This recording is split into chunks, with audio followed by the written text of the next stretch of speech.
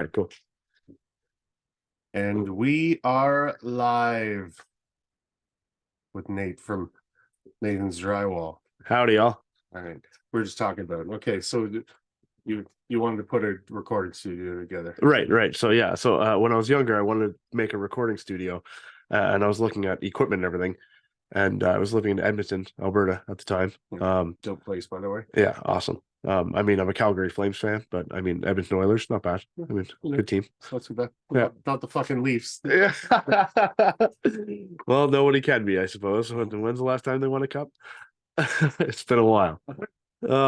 Anyway, so yeah, I was looking at equipment and condenser microphones, and I'm like, oh, I'm gonna go down and get this microphone. And it was like $900 or something for this microphone. It's like and then this whole setup. Yeah. Yeah, right.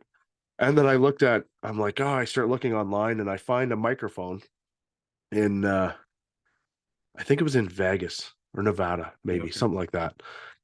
Same microphone, exact same, except it was like $300. Yeah, okay. Now I'm working at the airport, and if you know this, if you work at the airport, you get flight benefits. Oh, I did know this. So one of the companies that we worked for, America West, I could get on a plane for $32, up to 14 connections. You just have to fly standby. So if the flight's booked for $5, I'll do whatever you want. Right? Yeah. So I was like, man, I'm just gonna fly down to Nevada and buy this microphone and get back. It's gonna be cheaper than going to the store locally, and I get to travel. Needless to say, I didn't do that, but I mean that would have been a great idea. $32 for 14 connections, and if you run out of your 14 connections, you just pay another $32. That's fucking crazy. Like, can you imagine now that ordering something from the States costs more in shipping than for you to go down and personally get it? It's ridiculous. Like, what are we eating? I don't even understand how that works. Yeah. Like, somebody's making money. That's not how things work. Cheers, buddy. I'm so excited to have you on. Cheers. I'm excited to be here, man. I've really been looking forward to this. Yeah, we met at the Fresco teach-out for everybody wondering. Which I think was a dope day. Oh, it was a great day. I had such a good time. I mean, aside from just meeting people, being able to test a product like that. Totally. And a product that like all of us really had no idea. I never used it before. What to expect or what it was. Fantastic. I definitely learned what not to do. Yeah. Yeah. Yeah, I mean, that's what we're going to start doing with CSR is find products that people are using, but probably not 100% right. Yeah. And do a teach out. Yeah, it's a great idea. Yeah, we're going to get companies behind us throwing in these prizes, right? Yeah. So the you and I talked about the three-way teach out, and this will come out much after, so it doesn't matter. Yeah. But having something that's a giveaway for everyone, right? A guy that's a hand taper that couldn't afford it or something, he can come and have a chance. Yeah. And then we're going to have secondary prizes for who's the best or who's the fastest. Yeah. We really need to get on top of that. Yeah, I think that's a great idea. It's earned. Yeah. Right? Yeah. I think so. That's like the kid that can paint like a maniac, but he's only got crayons, right? Yeah. If he just can't afford the real shit, if you gave him that, imagine what would happen. This is giving those people that chance of like someone's gotten real good at hand taping, but can't afford the next step. Well, come kick ass at one of these shows and fucking win the thing. Yeah, absolutely. Even like Fozzie's giveaway there. Yeah. On Instagram, like giveaway or the give back giveaway. Yeah, give back giveaway. Yeah. That I've got a buddy who has been like asking me, like, man, like I got to start buying taping tools. Mm-hmm. What do you think I should get? He was talking about boxes and everything, and as important as I think boxes are, I was like, honestly, if you have nothing, I'm like, I would get like a commando set or something where it's like the entry level. You've got your flushers and your applicators and your compound tube and stuff. I'm like, that will speed you up enough, and I don't think that's as much of a learning curve as the boxes and stuff. If you give a monkey a flusher, they'll figure it out. Oh yeah. Getting the right amount of mud on with the tube takes some finesse. But I mean, if you wanted to make a mess, you can run a perfect angle. You just have to clean up afterwards. Yeah. Yeah. Yeah, my first time running the tubes, my bosses were just like standing behind me, and I could just hear them laughing as like all this mud is just falling on the floor, and like, and it's just like, oh, you just got to mix it up soupier than that. So you do that, but then it's ridiculously like water, and it's just coming out like it's falling out the tube before I even pull it out, and I'm just dripping it everywhere. Oh, yeah, it's definitely a learning curve, but I mean, it worked. It was just messy. That's right. And that's what I mean, right? Yeah. I think mud consistency is the biggest part of the whole thing. It's huge. There are days when I still don't get it right, you No, know? and you fucking know how to deal with it. Well, yeah, absolutely. But I mean, like, I'll put it in my tube sometimes and start running angles or Yeah. something like that. And then I'm just like, well, no, that's not right. Let's squeeze that out and remix that up a little bit. And, God damn it. yeah. I I tend to leave all my shit a little bit thick Yeah. because I don't mind fighting it out of the box. I absolutely hate trying to rush down a wall because it's pissing out the side. I'm just not doing it anymore. Yeah. And it leaves Christmas trees, and it's like the issues that you will have with it. I've just come to figure it out. Like um I don't go all the way to the ground with my With your boxes. with the boxes, Yeah. right? And I'm not a big fan of fucking going from the ground up, but I'll go around with my tomahawk and touch up a few places, and then typically I'll have enough to just wipe that fucking 4 or whatever inches, maybe 6 or 8 inches from the bottom. Yeah.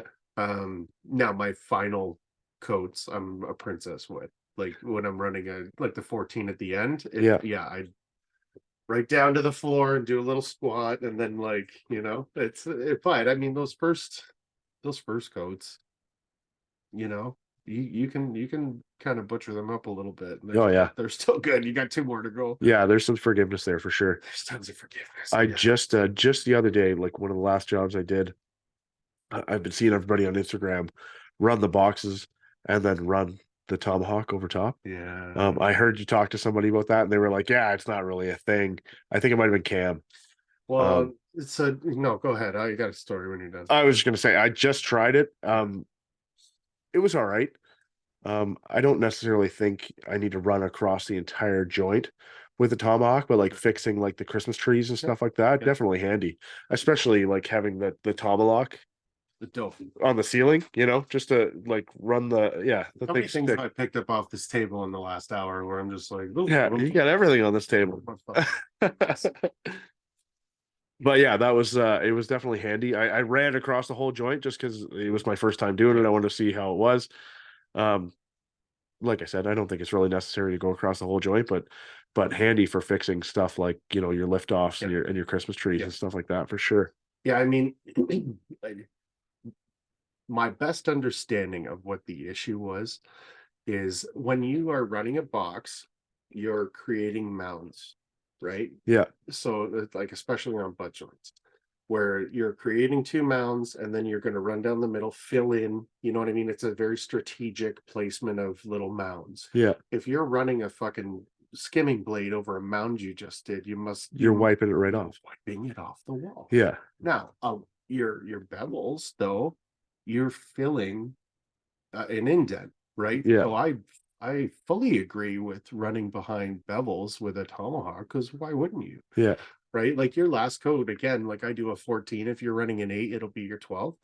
But when you're doing that final coat, it's just a skim. And you realistically can do the same with a tomahawk because you're getting a flat yeah. all the way You're going across. right tight. The nice thing with the box is it does leave that little bit of a mound, and then when you come over and sand it, it's flat. Yeah, But I think that big argument about wiping behind your box was people understanding that, first off, this was back when nobody was doing this, I think is when the first piss up happened about it. yeah, And you've got a bunch of guys that aren't telling each other their secrets yet, and I know more than you, and this is fucking the more technical way of doing that, or whatever. yeah. And you've got guys that are, if anyone says anything contrary to what you are, it's a big piss up right away. There's no discussion, right? Yeah. And I think that's where that all came from, because like I talk to Ice Rock all the time, and he has a run behind the box blade. Like that's what it's for. Yeah. It's on a specific angle, it goes on a pole. And that's exactly what it's for. And it's so you run over it very quickly, and you've got no pre-sanding when you come in tomorrow. Yeah. I typically sand before every coat, quickly, but I still do it. I'm gonna stop doing that. Yeah. I think on all my bevels, we're gonna run the Tomahawk. Now the nice part about that is I'm gonna have Foz, so he's gonna have to be learning while I'm running. I think a good way to do that is get him running the blades behind all the boxes, and he can be watching what I'm doing and then wiping behind. Yeah. And then when he's ready for me to just give him half of the project to box himself, he'll be in the habit of wiping behind the box. And then as the applier or the finisher, it's up to you when you stop doing that. Yeah. Right? When is your shit so crisp that when you're coming past, you're not picking anything up? Perfect. Yeah. Or it's just that little bit, and then now you're wasting time wiping it. And I think that's the progression. Yeah. Yeah. Absolutely. Yeah. I agree. Yeah, we'll see. I always have the tomahawk out though, like the Christmas trees from the corner, a couple of little drags, and you fill that in, and the bottoms, like I said, Yeah. yeah, it's good. I love those tomahawks. I bought at so I had a 40-inch Yep. tomahawk blade that I bought probably last summer, maybe. I was going to skim out a popcorn ceiling or something like that, and I was like, oh, I'll buy a tomahawk blade and it'll be good. And I bought, almost the biggest one, and then get there and I'm like, oh, it's all hallways and lights all over the place. I can't even use this damn thing. And Fucking samurai sword. oh my God. And the first day I'm on a baker, and the thing falls off the baker and fucking bends the blade so bad on my first day. I'm like, that just was like $200, no big deal. So at least it bent it the right way that I could still, like, it was like away Yeah. from the wall and everything, so I could still use it to an extent. And I used it for a while before I was finally like, hey, I gotta replace this blade. But Black Friday event at CSR, I purchased every single one of the Tomahawk blades, and not a regret in my mind, because I haven't used all of them yet, but almost every single one, like the 32, the 40, the 48. I had some nasty butt joints on a job recently that I feathered out with that 48-inch Tomahawk. And again, like, I could have left them and the homeowner wouldn't have even noticed or cared. Yeah. But I mean, for me to walk away from a job when I know that's there, I feathered that shit out. And I was so happy with it afterwards. Even like I was doing a T-bar ceiling. So like the taping was done. I'm doing a ceiling, and like I walk in and I run my hand down the wall and I can feel that butt joint. And I'm like, nope. I'm like, I'm hitting it one more time before I'm done this job. And I did. Next day, sanded it out. And like it was, again, you can still feel it by running your hand along, but I mean barely compared to what it was. Like I was much happier with that. And like those Tomahawk blades, like I was using the 14-inch. I've got a 14-inch box. So I was using the Tomahawk, skimming out a ceiling the other day. I used the 32-inch and the 40-inch today. 32-inch to feather out just a tape from a crack in the ceiling. So, it was bumped down a little bit. That's a pretty serious flare out. Like that's perfect. 32 inches on both sides. On both sides. Like you're not going to see that at all. No. There was a wall that used to be there. Someone ripped out the wall, popcorn ceiling. So they tried to match the popcorn ceiling with that wall. I walked into Price's job and the lady's like, there used to be a wall here. And I'm like, yeah, I can tell. I could show you right where it was. Yeah. I was like, yeah, I can see.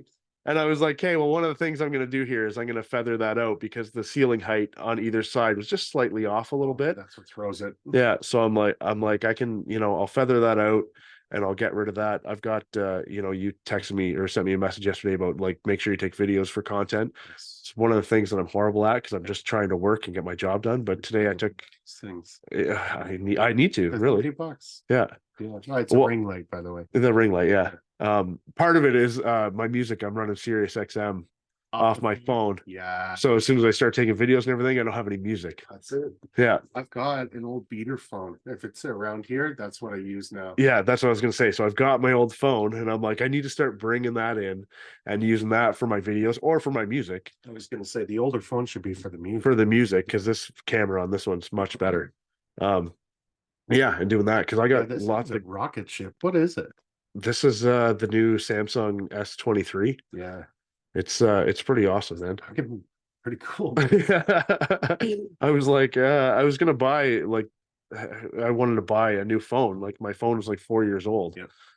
Because I'm not one of those people that gets phones every year. I can't. I actually did for a while because I was breaking them. Oh yeah, Because I got to this point in my life where I was just like, okay, I'm going to learn as much as possible and get as good as possible in a short period of time. And like my body, everything I owned, all of my tools took the brunt of it. yeah. But I did it. The one year I went through 4 phones. Oh God. Yeah, it was an expensive year. Yeah, I had just got a brand new one, and it was like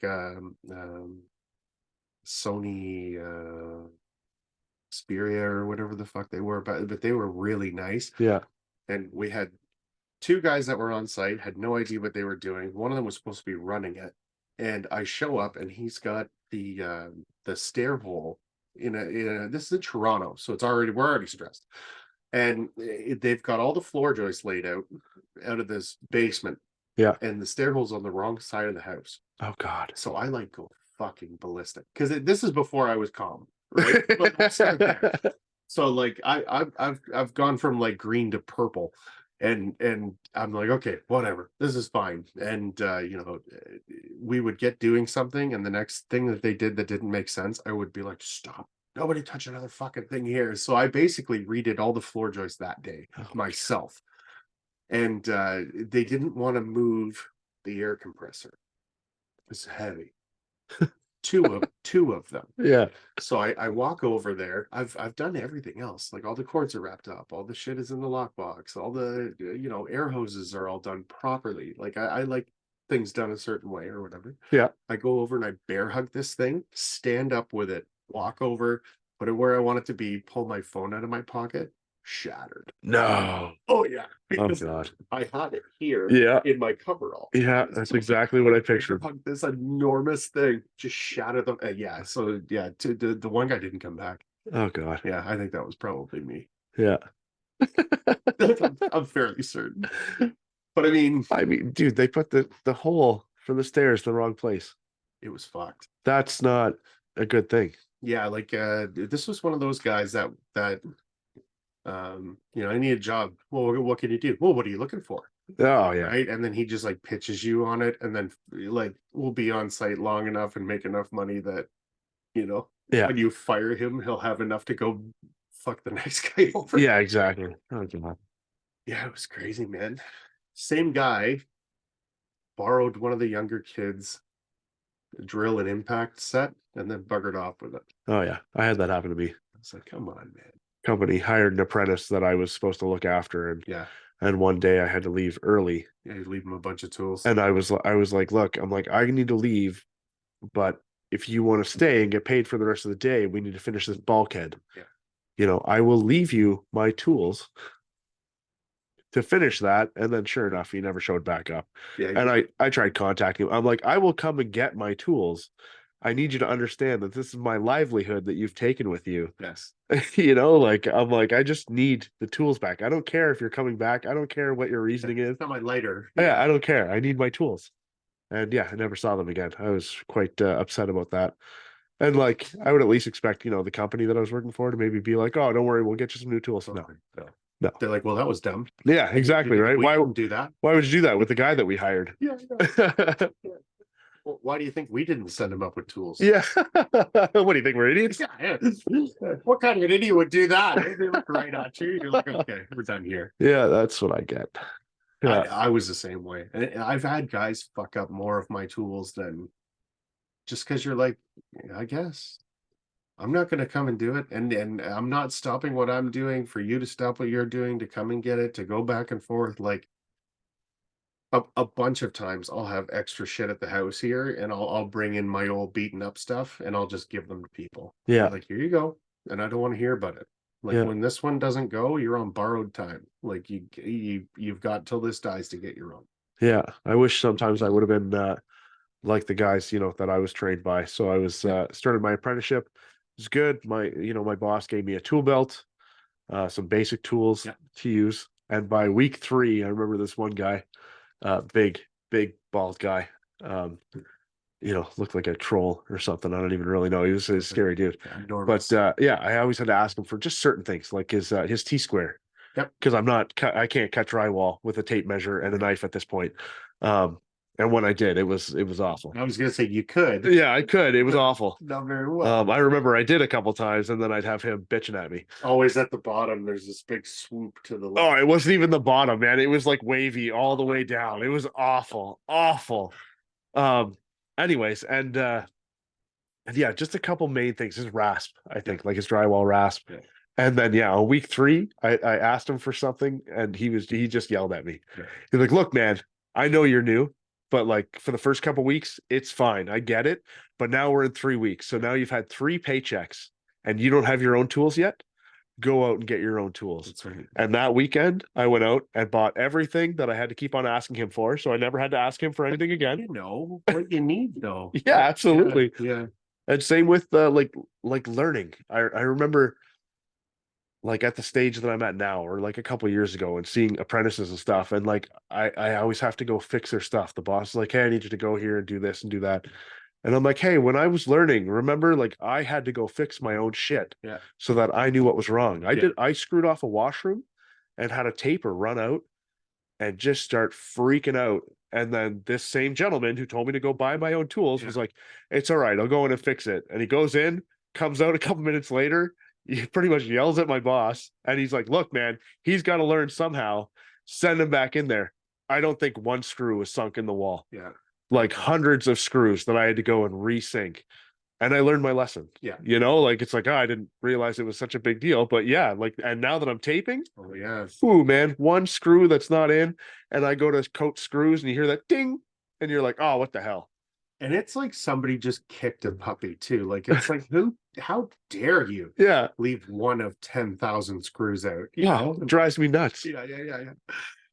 Yeah, I used to like I had this like princess time of my taping life where I was a hand taper.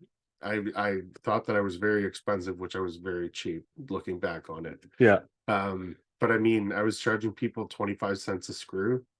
Oh God. Oh yeah. And if it was a big enough site, I'd be like, "You're at like $100 here." So do you want to come and deal with this? Or yeah, and I'll do that. At least I used to do that before I started implementing 90. Yeah. I would just go over everything with my knife for the first one, and everything that stuck out I would just leave. And then you'd just walk someone around and be like, "Just to let you know, this is a quality that I'm dealing with, and it sets the precedent for this. If it takes any more time, it's because this last guy fucked you over. Yeah. I'm your friend." Yeah, I don't know. It's now I first thing that I do is I go around with a screwdriver, hand screwdriver, and then 90. Yeah. And then check every single one, 90 every single one, just like this much around the hole. Yeah. And do you use like sheetrock 90 or Durabond? Sheetrock. Sheetrock. Yeah. Yeah, Durabond is just cement, right? Like I know, I love that stuff. I know. I'm probably like the only guy. No, it has its place. Yeah, for sure. Yeah. I just it's definitely not in my screw holes. Just because it's a pain in the ass to fight with if you put too much. Oh yeah. No, if you don't mix it properly and don't apply it properly, you're fucked. Yeah. Like there's no ifs, ands, or buts about it. I've sent someone to fix something with Durabond who's never used Durabond, and I didn't know this until afterwards. And I was like, "What the fuck did you do here?" And I don't know. It's my first time using that. I'm like, "Well, why didn't you say something, man?" I'm like, "Cause now." I'm like, I had to finesse it. I fixed it. Yeah. With like coating it with mud and everything like that, and I made it work, but it was almost you level 5 to screw hole. Yeah. Yeah. Like, oh, it was awful. There has been stuff too in my journey where you're just like, this is fucked. And it's like something this big that's an issue, you're fanning out like half of a wall sometimes. Yeah, absolutely. To figure it out. But like we were talking to Foz about like getting a contract. It's like if you've not been in a situation where you've been fucked before, you're not looking for it. Oh yeah, absolutely. And then, once it's happened a couple of times, then you're like, oh, okay, we're done with this, or you're paying for it. Yeah. Yeah. And it's funny going back to the tool thing. so for a little while I was running crews, right? So that typically meant you were teaching, you were like, quality control, you were all those things. And I would tell guys, if you touch this, right, twice a day, it goes on your list, right? And it's like, if that happens for, a week, that's fine. But like, you need to go to the fucking hardware store and just start picking up. Don't go get a hammer drill, right? Yeah. You're not gonna, if you're never going to touch that 2 times in a day, that's mine, Yeah. right? Because if I have one, it's because I'm probably doing the work. Yeah. But I mean, a knife and like a rasp and Yeah. those little things. Like I've got a little bucket full of those T-bar clamps. Oh yeah. They're dope. Yeah. And there was one guy that had them on site. He was the only, and I just didn't know where to get them, right? And he was like, "Yeah, give me however much money," and he brought me back a set, just because I literally didn't know where to get them from. Yeah. But it was that kind of shit where you're like, if I'm asking to use someone something, it's because I think it's clutch, right? Yeah. But that already means go buy one. Yeah. And I think not enough people do that, because if you break it, and every time you use a snip, it's a little less sharp, Yeah. and so on and so forth, right? So you're wear and tearing other people's shit too. Yeah. Oh yeah. And I think about that all the time when people ask to use my stuff. Hey, can I use your router? Like, you want to use my router? What are you gonna do if it breaks while it's in your hand? Because the thing is, I've had this router for 2 years. So it's getting there. Well, I mean, not I don't have I've got a new router now, but I mean, I'm just saying, like, if I've had this router for 2 years and it breaks while it's in your hands, are you gonna be like, shit, I owe this guy a new router? Or are you gonna be like, well, it was an old router anyways? Yeah. Like, okay, but it would have broken in my hands, then I would have to buy myself a new one. Now you broke my tool. For instance, I was on a job. We were doing commercial buildings, office buildings in Mississauga. Nice. The Maple Leaf building. Oh yeah. I don't know if you've seen that. Just off the 401 there. And I'm in there and we're doing stuff. I can't remember if I was taping, what I was doing. I must have been taping. And I've got my sanding pole over in a corner somewhere. And I just see this painter walking around and I'm like, what is this guy doing? Yeah. And he walks over and he picks up my sanding pole and then goes to take the sanding head off. And then he stops and he sets it back down and leans it up against the wall. And I start walking over towards him and he turns and he sees me. And I'm like, hey, what's going on? And he's like, nothing. It broke. And he points at my sanding pole. And I'm like, what broke? Yeah. And like the sanding head, it's like a Richard sanding head. Like the part that screws on to the sanding head snapped. And I'm like, okay. So you just gonna fucking put it down? Yeah. And I was like, first of all, what are you doing grabbing our stuff? He's like, oh, I needed a pole because I forgot mine to like use my roller on to like paint the doors. Yeah, I figured I'd fuck both us over. I'm like, that's all fine and dandy, but now I don't have a sanding head. And I'm like, because I don't take mine on and off. It just stays on there. Yeah, That's it. It's dedicated. Yeah. And he's just like, he felt so bad. And good. And I'm like, hey, well, you owe me a new sanding head. He's like, I've got the exact same one in my van. I'm like, okay. Was it fucking broken? I'm like, I'll take that. Yeah, is it broken? Sure enough, he ends up leaving the job or whatever, and I don't see him until I'm on a different job at a Tim Hortons, and I see him, and he walks in sight, and I was like, "Hey, how about that sanding head?" And he's like, "It's in my van," and I'm like, "Hey, well, I'm not going anywhere. Like, I'm here. I'm coming to your van this time because it didn't work out very well last. Yeah." And he gave me the sanding head. He's like, "It's pretty much new." I'm like, "Yeah, that's fine." I didn't even really care because I think I already had a new sanding head at that point, but principle. Yeah, I'm like, man, like you broke my tool. Like I don't touch anybody else's stuff. Even ladders. I don't go on someone else's site. Yep. I was just on a job a little while ago. I show up. No one's supposed to be there. It's just supposed to be me. There's electricians there, and they're putting together my baker. So, what are you guys doing? Hey, dummy. Yeah. And they're just like, oh, we're just using this to put our thing on to run our cables and everything. And I'm like, but it's mine. Yeah.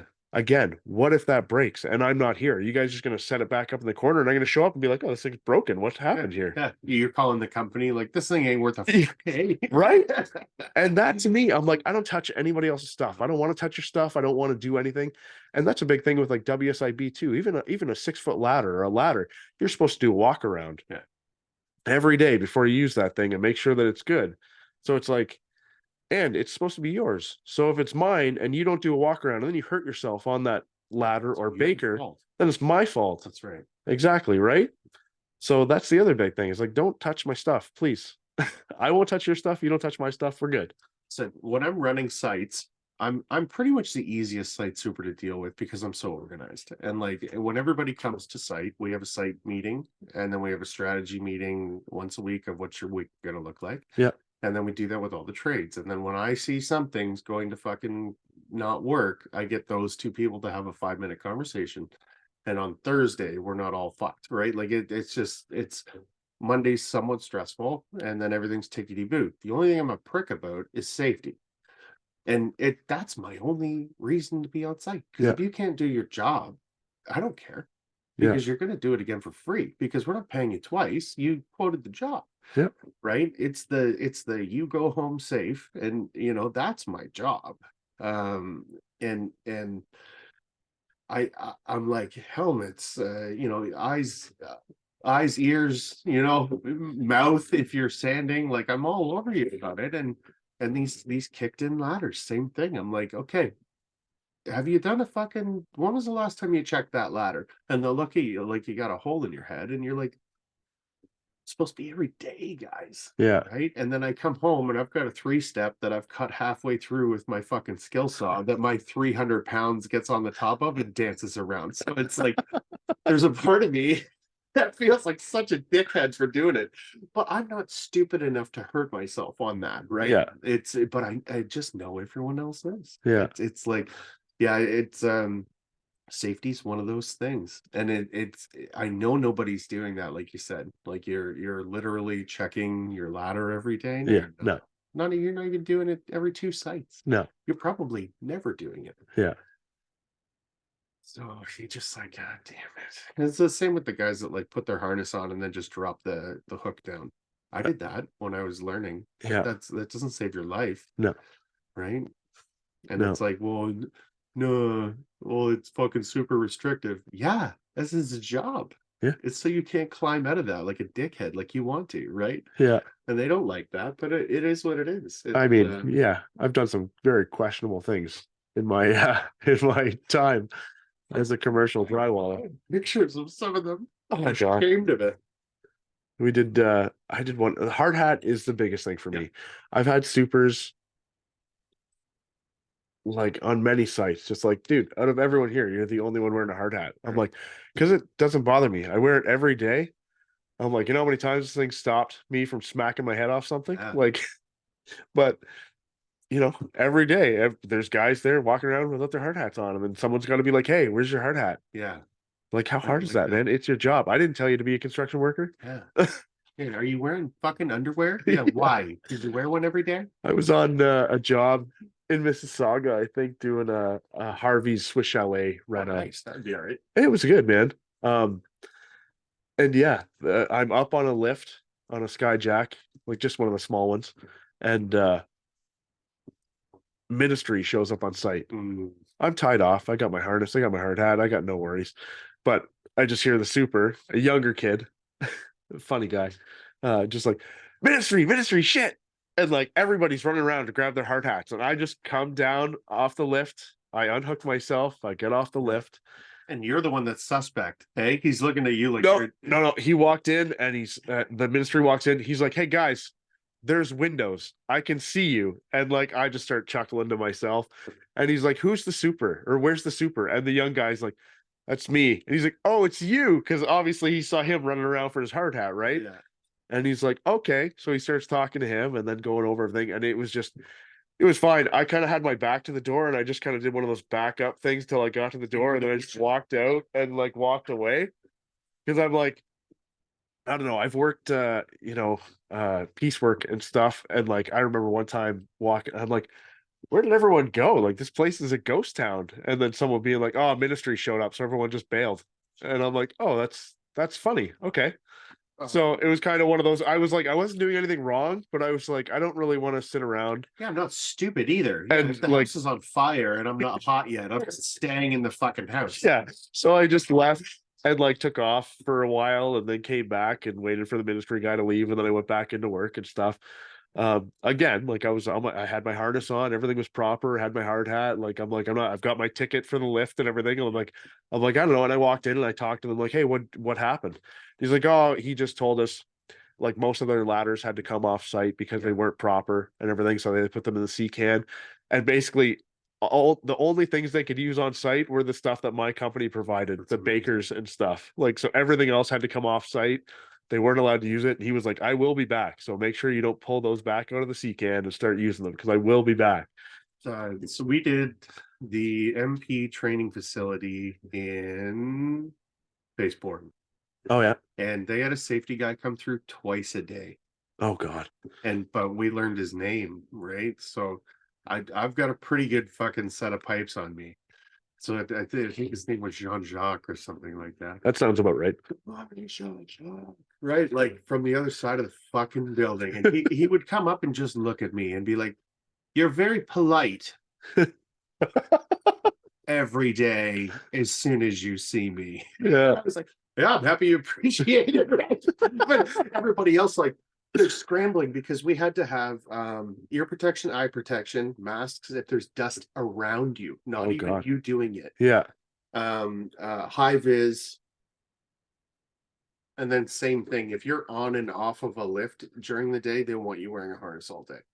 Oh wow. Well, because the likelihood of you hopping on to move it 2 feet Without. or whatever is too high, right? So Yeah. they're like, if you're in the same room as a fucking lift, they want to see it. So, but you know, these are also cowboy drywallers, so they weren't doing it. So yeah, me bellowing that shit, and everybody knew what was going on, and like, but this is the same. It's the size of that facility, right? Some of the rooms smelled like pot, and we didn't even know who it was. So Yeah. it's like people are gonna fuck around. Anyways, we'll be right back.